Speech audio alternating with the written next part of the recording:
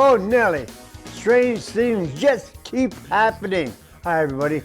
Maybe I should not say strange, maybe I should just say very, very unusual. I'm talking about last month, November, 2 weeks ago.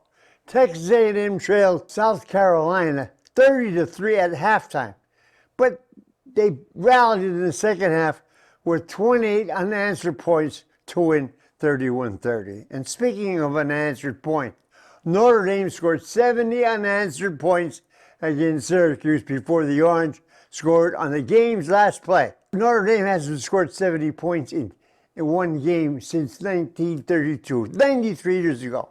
And it was Syracuse's worst football loss in school history. And speaking of Notre Dame, the Irish have not attempted one field goal since October the 11th. They have played their last 6 games without attempting one field goal. That's very unusual. They will need to kick field goals in the playoffs, but they do not have a reliable kicker. A Michigan player headbutted an official in their game with Ohio State.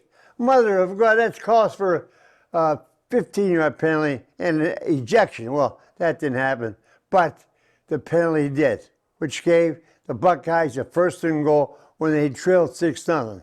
They scored, and the momentum changed drastically.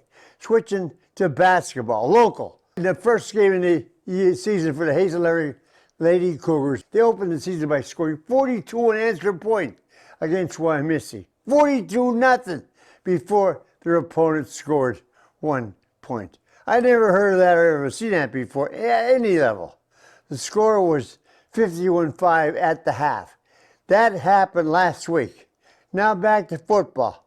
This happened last week also, but in 1945.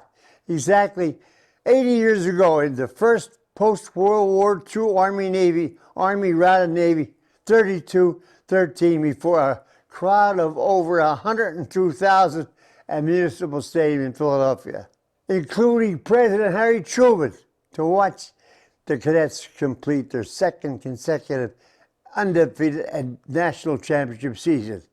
And it was Doc Blanchard and Glenn Davis's final game in their junior season. That won't happen this coming Saturday. 9-2 Navy should rout 6-6 Army. Last season, Army had a great season with 12 wins, but they were upset by the Medis.